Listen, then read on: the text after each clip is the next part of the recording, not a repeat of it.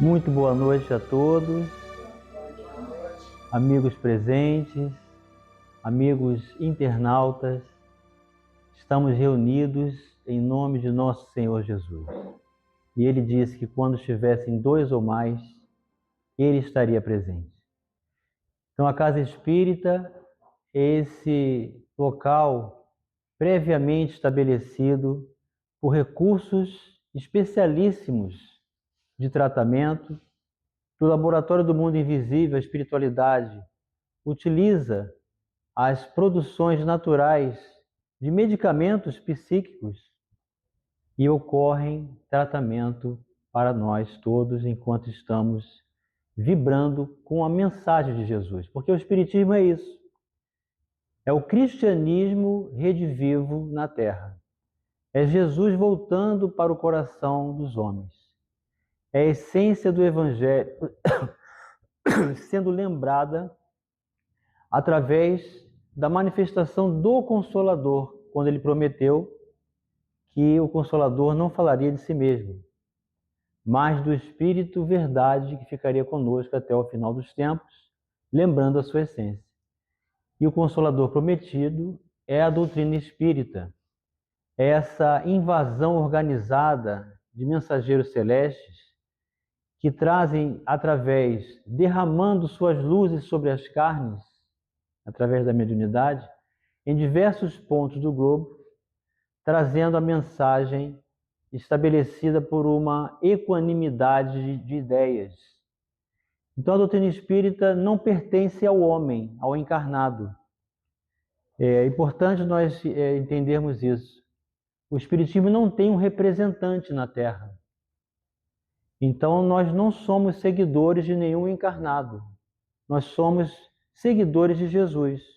E o adepto da doutrina espírita é aquele que se propõe a realizar como ideal esse manancial à luz desse cristianismo redivivo, denominado por Allan Kardec, lá no Livro dos Espíritos, na primeira parte da introdução, os adeptos do espiritismo serão os espíritas. Ele ainda põe assim, ou espiritistas.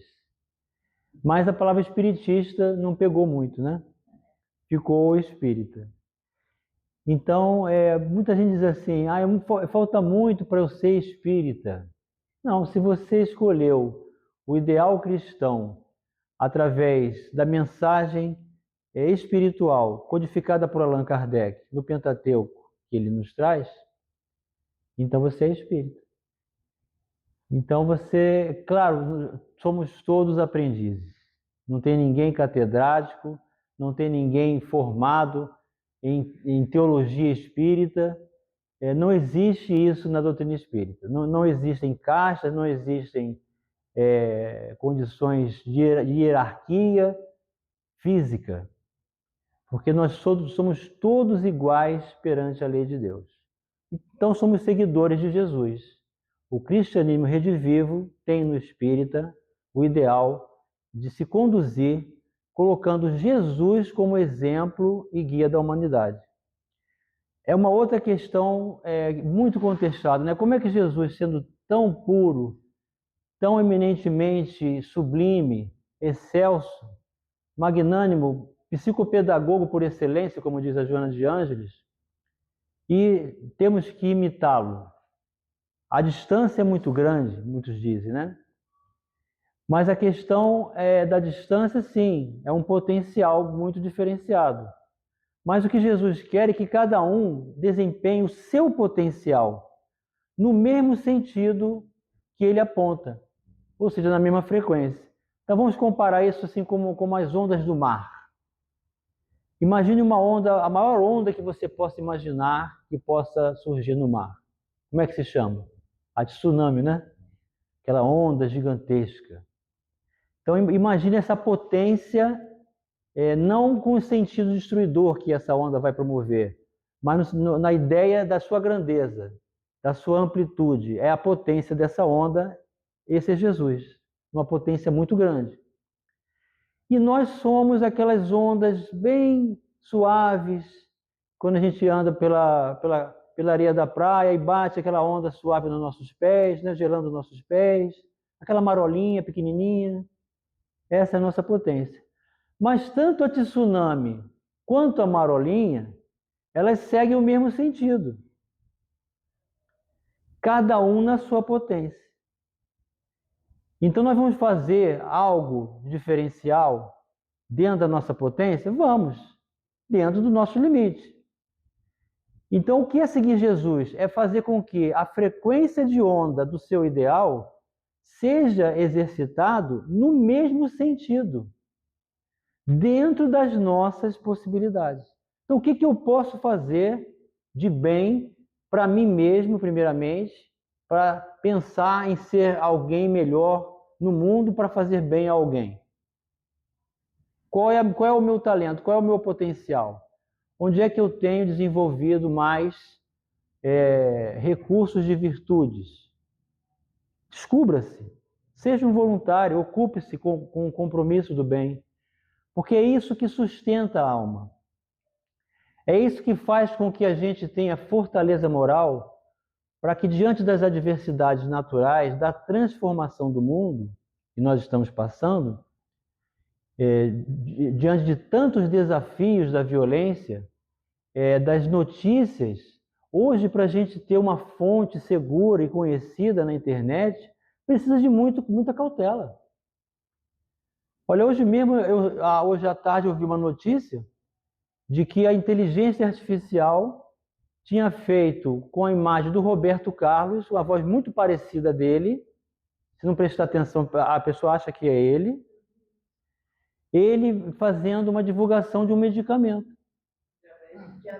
Aí ele teve que ir a público dizer que nunca tinha feito aquele vídeo, que ele repudiava aquele vídeo, que era falso. Mas quantos de nós distraídos, ao assistir um vídeo desse, a gente não replicou, não compartilhou? Então, esse é o critério da gente se inteirar de um conteúdo, se empolgar e querer divulgar e multiplicar essa mensagem sem saber da sua fonte. Mas também não é para a gente se desmerecer por ter feito isso ou esmorecer diante de uma atitude de constatação do engano, da falsidade, e desacreditar de tudo. Então eu não entro mais na internet, então eu não vou mais entrar na rede social, não vou mais servir, isso não serve para mim, né? Então é uma forma da gente se autopunir, de deixar de prosseguir com a lei natural do progresso, porque é uma ferramenta neutra. A qualidade é dada por aquele que a utiliza. Então nós podemos fazer esse filtro e termos mais cautela. Aquela mensagem de Jesus que em Mateus é vigiai e orai, e em Marcos é olhai, vigiai e orai. Então Marcos acho que captou uma palavrinha a mais, né? Do que Mateus, né? Olhai. Olhai é, presta atenção. Fica esperto, fica atento. Vigiai. Vigiar é precaver-se. E orar, alimente a sua alma. Gente, a oração é um alimento para a alma. Não precisam de palavras especialíssimas, você não precisa repetir palavras prontas, frases prontas. Fale com seu coração com o Pai Celestial. Fale com seu anjo guardião, porque ele é um espírito superior e tem por missão nos auxiliar na construção do nosso sucesso, das nossas reencarnações, do nosso gênero de provas. Encontrar todos os recursos de aprendizados possíveis para estabelecer esse recurso. Na página inicial, que foi lido do livro Pão Nosso, Emmanuel mencionou um gênero de morte, a morte da consciência, a morte daquele que envereda pelo caminho do mal conscientemente. Kardec fez essa pergunta aos espíritos. Para que o homem conheça o bem, ele precisa passar pelo caminho do mal? Pela fieira do mal? E os espíritos responderam pela fieira que não deveria, não precisa passar obrigatoriamente pela fieira do mal, mas que precisa manter-se no bem. Então, existe qual a diferença de você passar pela fieira do mal e pela fieira do bem? Porque enquanto nós somos ignorantes, você não conhece. Então você age e tem a consequência. O exemplo da tomada da criança, né? A criança botou o dedo na tomada. Ela não sabe. Mas depois que teve a experiência, ela já sabe que aquilo não é bom. Se ela quiser botar o dedo na tomada de novo, conhecendo, aí ela está fazendo mal para ela. Então a diferença é a consciência da realização do fato. Quando eu tenho consciência do que eu estou fazendo com conhecimento de causa e me afasto do bem, eu estou agindo no mal. Então, o homem não tem que passar pela fieira do mal, mas passa pela fieira da ignorância. Responderam os espíritos.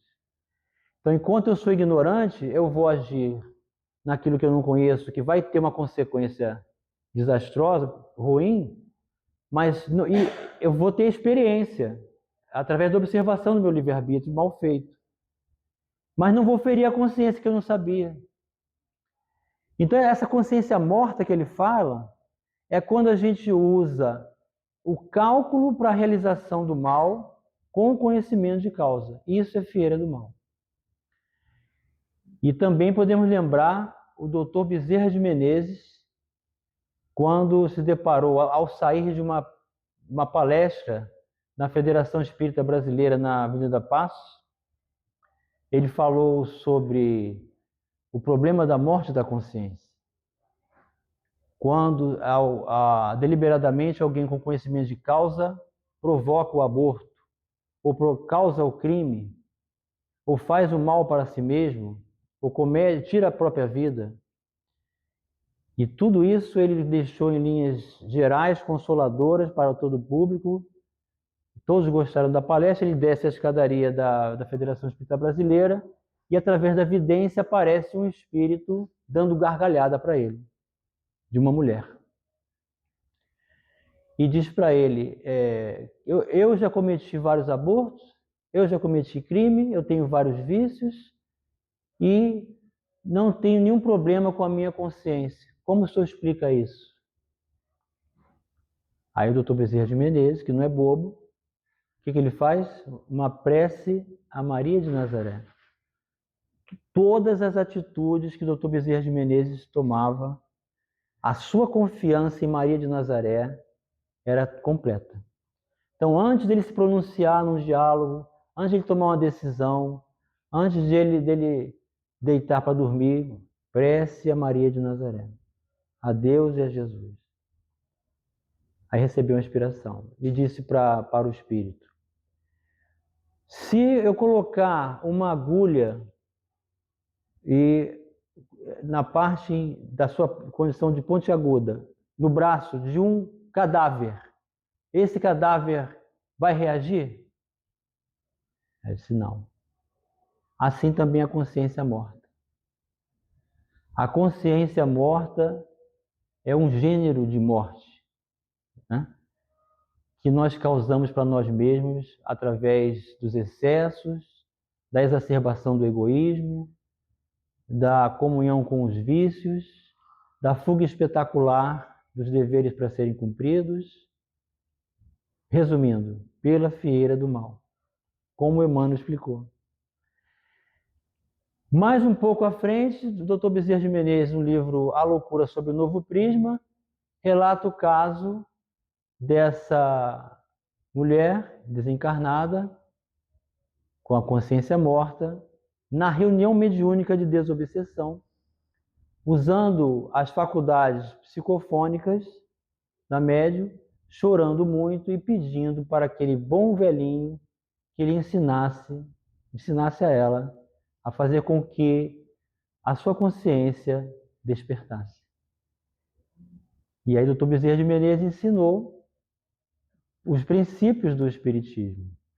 Fazer o bem para aquele que você gostaria que fizesse para você igual para si mesmo, porque ama o teu próximo como a ti mesmo.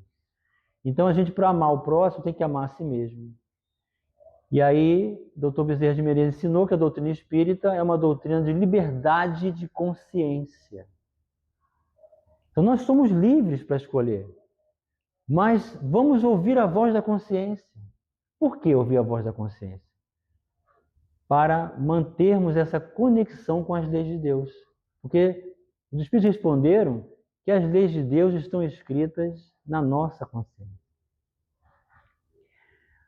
O tema de hoje é uma parábola de Jesus que traz um ensinamento muito apropriado aos dias atuais. A parábola é esse conjunto de informações alegóricas que geralmente tem personagens ou pontos de referência que trazem a imagem, a figura, algo para ser sondado indefinidamente. É uma das demonstrações de grande e extraordinária inteligência de Jesus ao criar as suas parábolas. Então eu vou ler para poder não tirar nenhuma letra da palavra do Cristo. É o capítulo 19 do Evangelho segundo o Espiritismo, sob o título A Fé Transporta Montanhas. Parábola da figueira que secou é o item 8. É uma passagem do Evangelho de Jesus segundo Marcos. Gente, o Evangelho é de Jesus. E o discípulo é que segundo ele escreveu. Então vamos treinar isso, ó. O Evangelho de Jesus segundo Marcos. O Evangelho não é de Marcos. O Evangelho, Jesus é que é o Evangelho, né? Então, do capítulo 11, versículos 12 a 14 e 20 a 23. Quando saíam de Betânia, ele teve fome. E vendo ao longe uma figueira, para ela encaminhou-se, a ver se acharia alguma coisa. Tendo-se, porém, aproximado, só achou folhas, visto não ser tempo de figos. Então disse Jesus à figueira, que ninguém coma de ti fruto algum, o que seus discípulos ouviram. No dia seguinte, ao passarem pela figueira, viram que secara até a raiz. Pedro, lembrando-se do que dissera Jesus, disse: Mestre, olha como secou a figueira que tu amaldiçoaste. Jesus, tomando a palavra, lhes disse: Tende fé em Deus. Digo-vos em verdade que aquele que disser a esta montanha, tira-te daí, lança-te ao mar, mas sem hesitar no seu coração, crente ao contrário, firmemente, de que tudo que houver dito acontecerá, verá que com efeito acontece. Então, os detalhes da parábola. Primeiro, Jesus teve fome. Quando, na passagem da mulher samaritana, que eles chegam a Samaria, ele vai conversar com a mulher samaritana, os discípulos dizem assim, Jesus parou para conversar com a mulher que ia tirar água do poço. E eles, com fome, foram até a cidade. E o Evangelho narra assim, e Jesus, que raramente comia, não nos seguiu. Jesus também diz assim, o meu alimento é fazer a vontade de meu Pai que está nos céus. O que a gente tira pelos ensinamentos da doutrina espírita? Na Gênesis, Allan Kardec diz que Jesus tinha total domínio sobre o seu corpo material. Então ele raramente comia, ele raramente dormia, ele caminhava sobre as águas, ele desaparecia na multidão e tinha capacidade de manipular fluidos para modificar a estrutura celular do leproso, do cego, do coxo.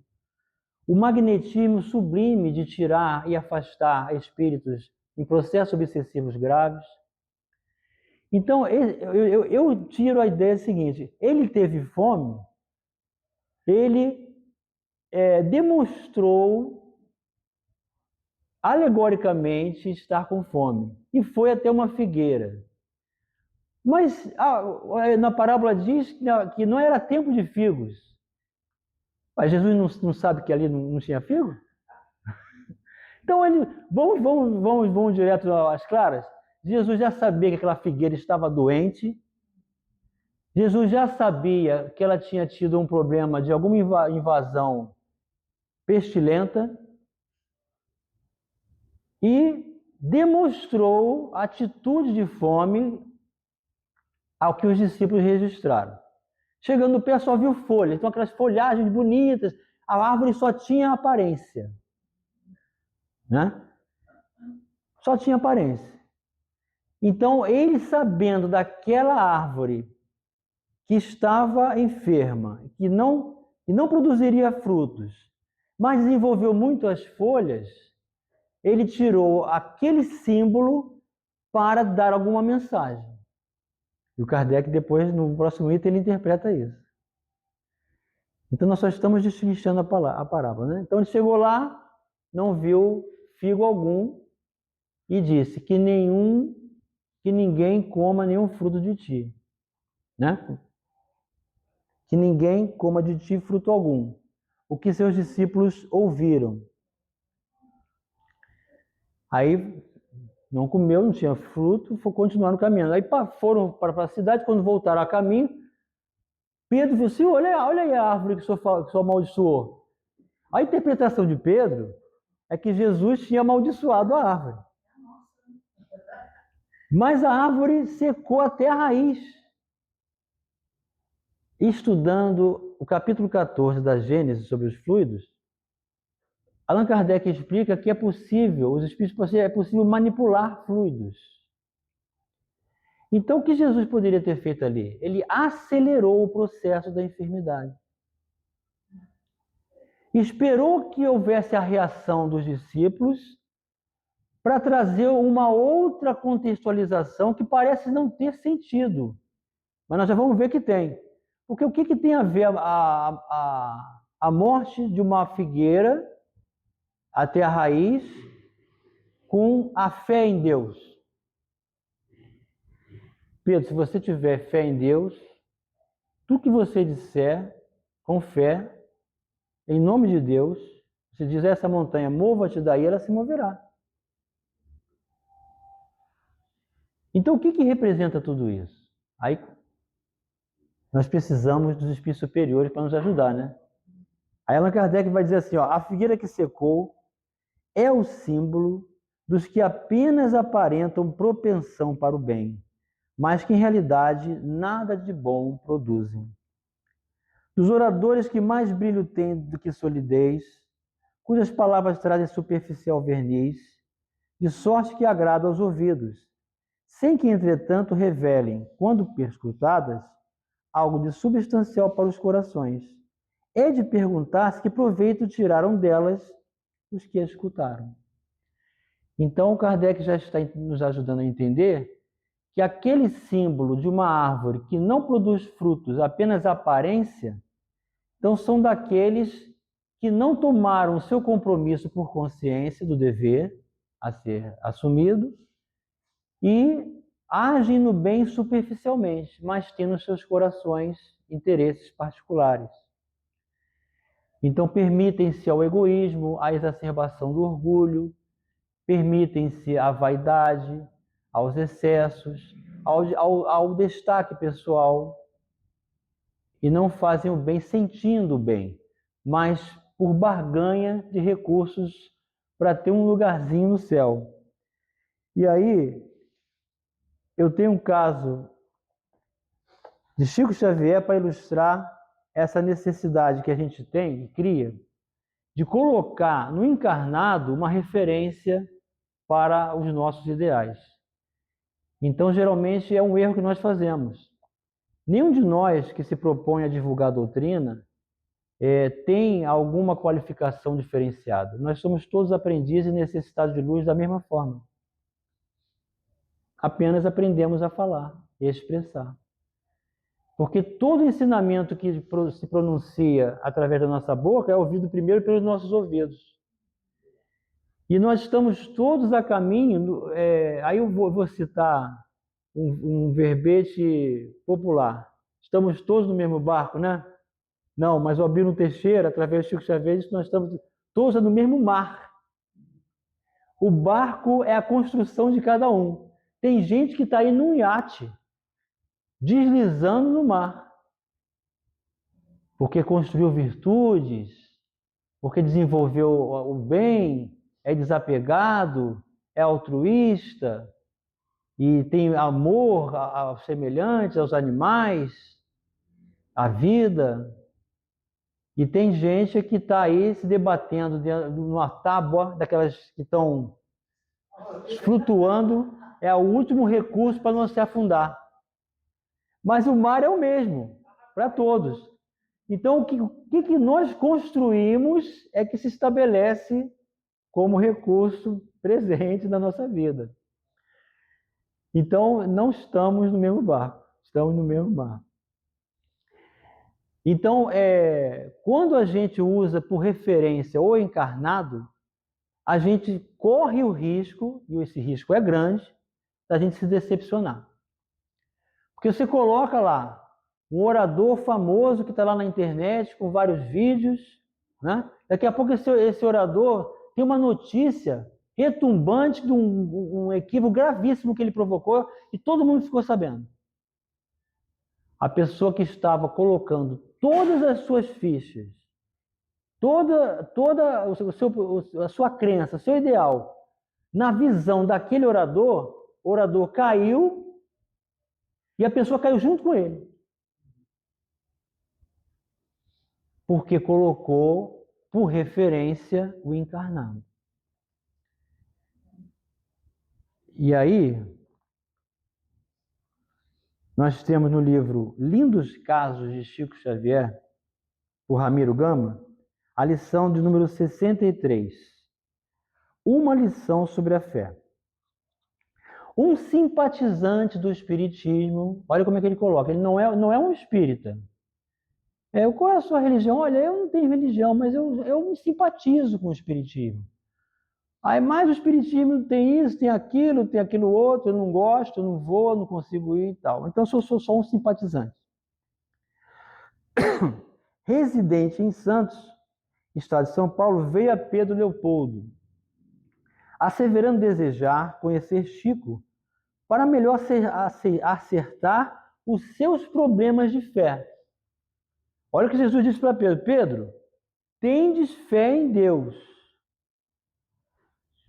Em Deus. O que esse homem está querendo? Conhecer o Chico para ver se ele resolve os seus problemas de fé com o Chico, que é um encarnado. O médium, no entanto, Chico Xavier, empregado de uma repartição, fazenda modelo, não dispunha do tempo como desejava e, por determinação da sua chefia, estava ausente de sua casa. Então, o visitante não encontrou o Chico na sua casa, tentou falar com ele no trabalho, não foi liberado, não conseguiu. O visitante insistiu, e como não podia deter-se por muitos dias, regressou à sua cidade de Santos, a Penates, dizendo a vários amigos: duvido muito da mediunidade. Foi a conclusão dele. Ele começou a duvidar da mediunidade do Chico, sem nenhuma análise de nenhuma comunicação dele, mas simplesmente porque ele não conseguiu falar com o Chico. Imagine meu caso com o Chico Xavier. Ele dizia: viajo para Pedro Leopoldo com sacrifício de tempo e dinheiro.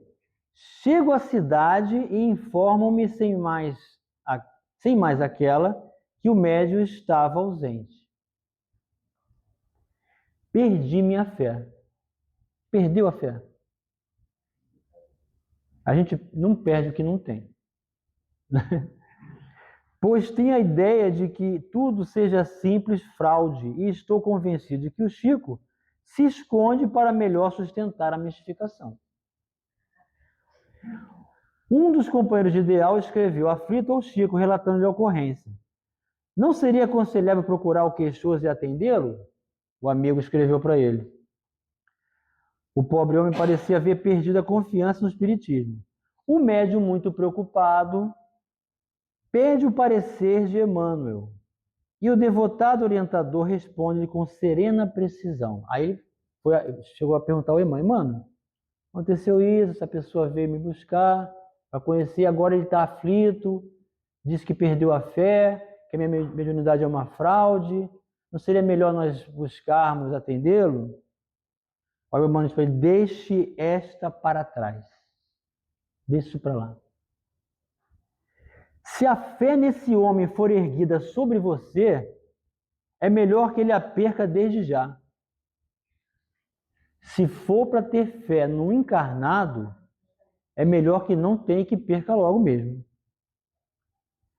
Porque todos nós somos criaturas falíveis. A fé para ele e para nós deve ser construída em Jesus. Porque somente confiando e imitando-lhe os exemplos é que poderemos seguir para Deus.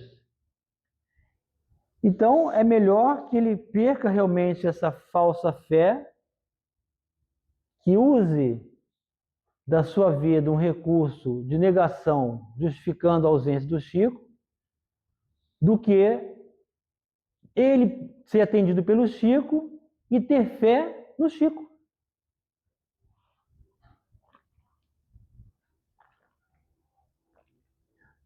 O Chico Xavier uma vez disse, eu sou como um médium qualquer que necessita de prece, que necessita de trabalho e muito esforço pessoal na superação dos próprios pendores. Sou como um médium qualquer. Claro que sua mediunidade é extraordinária, é missionária, mas ele precisava ser o tempo inteiro convidado à disciplina por Emmanuel. Então isso é para nós uma referência de que a gente tem que colocar o ideal lá em cima, depois as pessoas e depois a casa, o núcleo religioso. Qualquer outra ordem você vai se perder. Se você coloca a casa acima de tudo, você entra num rigor de exclusão dos seus companheiros de outras casas. Cria critérios, regras, cria condições extremas que só separam as pessoas. Porque colocou a casa, nossa casa é assim. Né? Se você colocar, ao contrário, ao invés de colocar o ideal, coloca a pessoa lá em cima. É o caso aqui. O rapaz colocou de Santos o encarnado acima de tudo. Quando ele teve uma contrariedade, o Chico não causou nenhum mal. Ele cumpriu o dever dele de trabalho e obedecendo a chefia. Não foi encontrado simplesmente. Mas tem um exemplo de pessoas, e isso acontece com muitos de nós, em diversas casas espíritas, de achar que o presidente é infalível, que o orador é brilhante e jamais vai cometer um erro. E que as pessoas buscam cegamente respostas da vida, conselhos, e colocam como exemplificação essas pessoas. Aí quando ocorre um problema em que, por sermos falíveis, erramos, tudo se desmorona. O ideal e a pessoa junto. Então, gente, o ideal independe de pessoas e de estabelecimentos. Ou a gente vai direto na fonte do ideal através do estudo, ou a gente vai ficar sempre nessa situação morna. Nem fria nem quente, morna. Você não está nem fora e nem está dentro do processo. Você está numa estagnação, numa neutralização pessoal, colocando a sua fé nessa figueira seca. Então essa figueira só tem o quê? Aparência. Ela só tem folhas. É uma folhagem bonita, esverdeada, grande, mas não tem figo nenhum. Cadê os frutos? Então tem de fé em Deus, Pedro.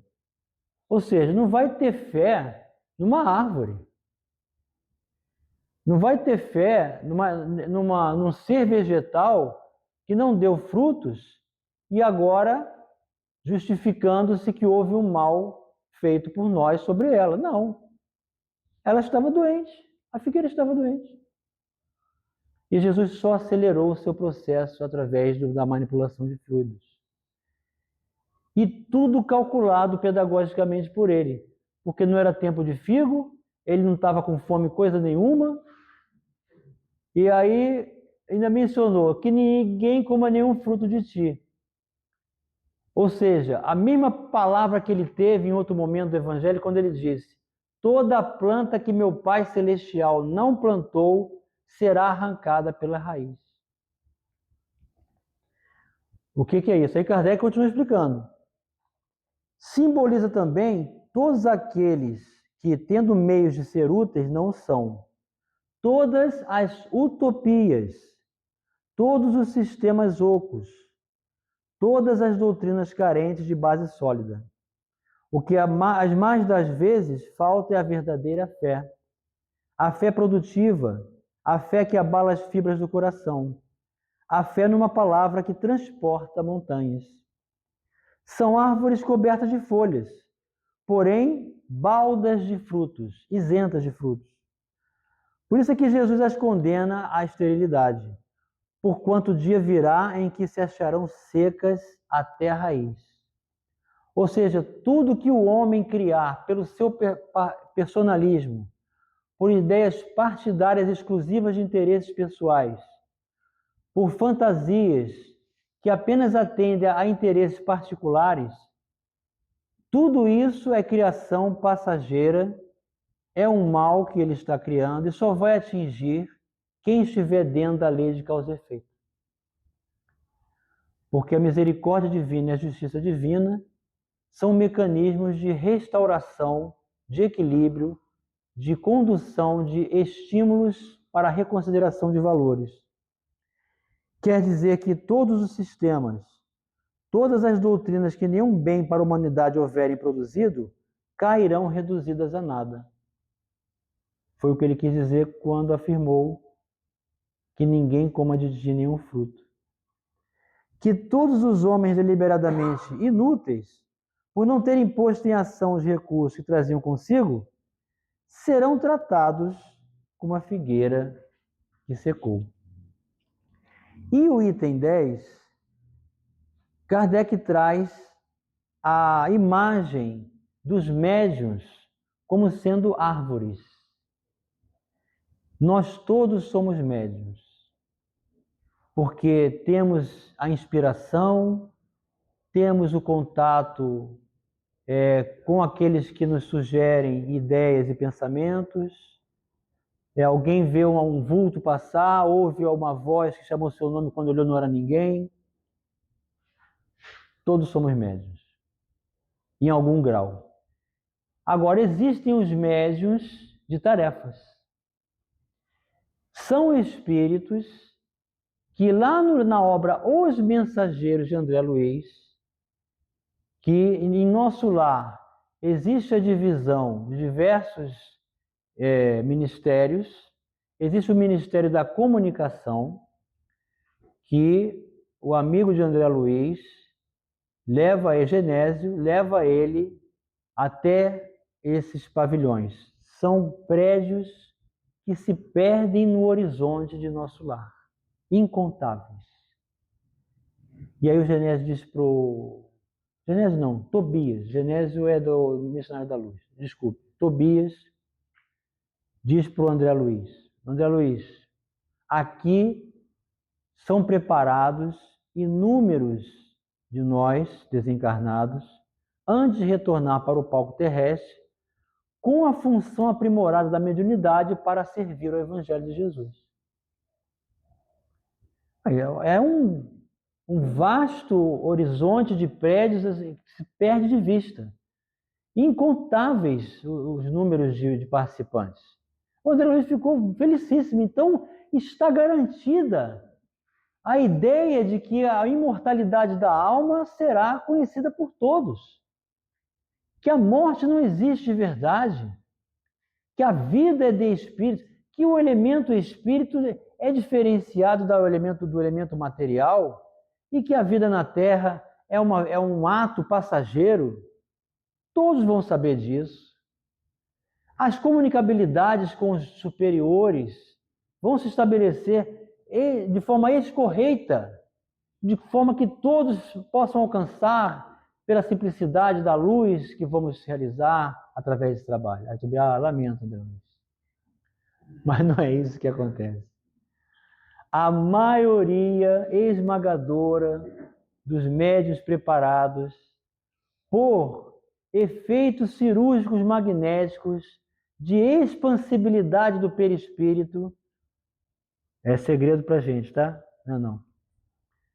O médium tem o perispírito avantajado, elástico, expansivo, mais radiosamente fora do corpo do que dentro do corpo.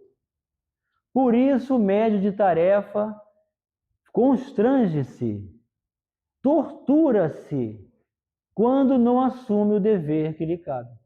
Ele sabe, ele já foi orientado, os espíritos já apareceram para ele, já deram a notícia através de alguém, através de uma mensagem. Em sonho ele foi alertado, mas ele faz o quê? Ignora, protela, deixa para a próxima. Você sabe que teve uma palestra do Gilberto Bordalo lá na nossa casa, ele mencionou um caso de desobsessão em que no ambiente das trevas, os espíritos estavam calculando como afastar os médiuns do centro espírita. Aí cada um deu uma... Vamos enganar ele nos livros, vamos fazer livros de qualquer ideal libertador falso, com capa bonita para achar que está tudo certo. Não, isso já foi feito, não deu muito certo. Vamos então exacerbá-los na vaidade. Também poucos já caíram nessa. Aí eu disse assim, vamos enfatizar que a reencarnação existe. Mas, rapaz, isso é o dogma do espiritismo. Se a reencarnação existe, é porque ele é um espírito imortal e está em prova. E precisa se aperfeiçoar, precisa se tratar. Como assim precisa enfatizar a reencarnação? Não, vamos enfatizar a reencarnação e acrescentar que ele não precisa ter tanta pressa, porque ele pode fazer tudo na próxima.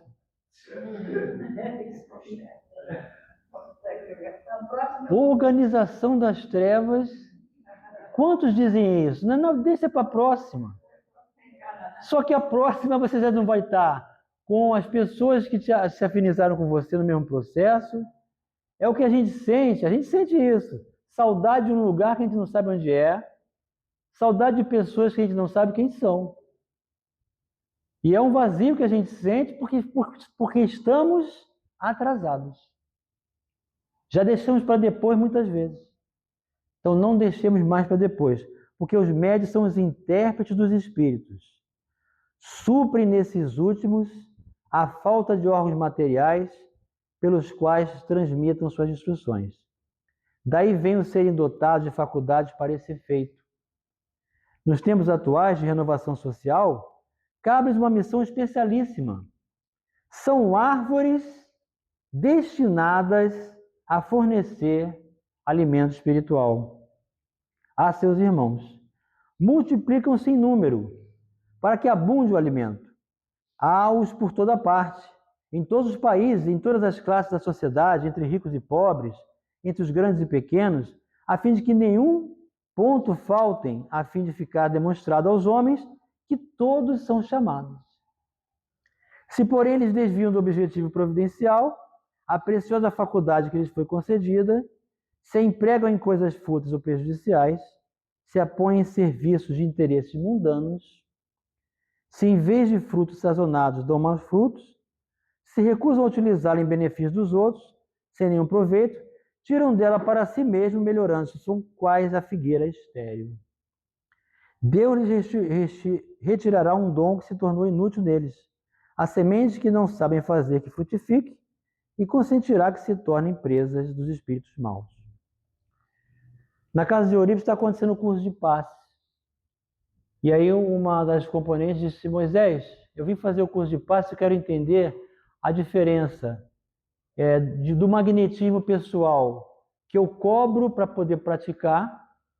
Aí ela colocou lá o nome do recurso, não nos cabe aqui divulgar, o título da crença dela, né? Que permite que um tratamento magnético seja efetuado sem o propósito do voluntário e cobrando. Porque mediunidade com Jesus é dar de graça, que de graça receber.